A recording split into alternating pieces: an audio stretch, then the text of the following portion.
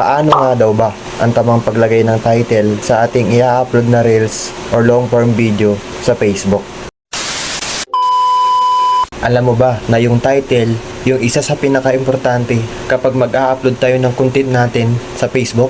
Dahil kapag yung in-upload nating video ay dumaan sa newsfeed ng mga viewers natin at kapag yung title natin ay interesting, magkakaroon din sila ng interest na panoorin yung video natin. At ngayon ay bibigyan kita ng isang sample ng maling paraan ng paglagay ng title sa video. Meron akong ipapakita na picture tapos basahin nyo yung caption kung ano yung nakalagay. Ito siya.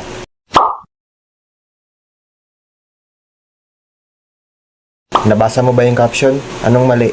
Walang mali sa caption kung hindi ka content creator. Pero kapag content creator ka, may mali. Kasi nakita mo, sa caption, nilagay niya yung buong detalye. At ikaw na nanonood, magkakaroon ka pa ba ng interest na panoorin to? Ako hindi na. Kasi alam ko na nabasa ko na sa caption na masarap yung kinain niya at kung ano yung kinain niya. Hindi na ako magkaka-interest na panoorin to o buksan to. Sinabi niya na sa caption. At ito naman yung tamang paglagay ng caption kapag content creator ka. Tignan nyo yung picture, kung anong pinagkaiba. Anong pinagkaiba? Dito sa pangalawang picture, nakita mo sa caption, hindi niya nilagay yung pagkain na kinain niya. Tapos, naging eye-catching yung caption niya kasi may nilagay siya. Hindi ko akalain na ganito pala yung pagkain nila.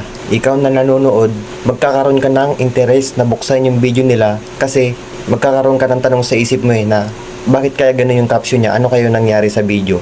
Kaya panonoorin mo yung video na yun. Syempre, di ba, chismosa ka. Aalamin mo yung nangyari sa video. Dahil magkakaroon ng tanong sa isipan mo kapag nabasa mo yung caption na yun. Aalamin mo kung masarap ba yung kinain nila or may nangyari ba nakakaiba. O di ba guys, napansin nyo anong pinagkaiba ng unang picture sa caption at yung pangalawang picture sa caption niya? Mahalaga yung paglalagay ng caption sa ating ina-upload na video dahil isa ito sa susi para dumami yung views ng mga video natin. At hanggang dito na lang ang aking video.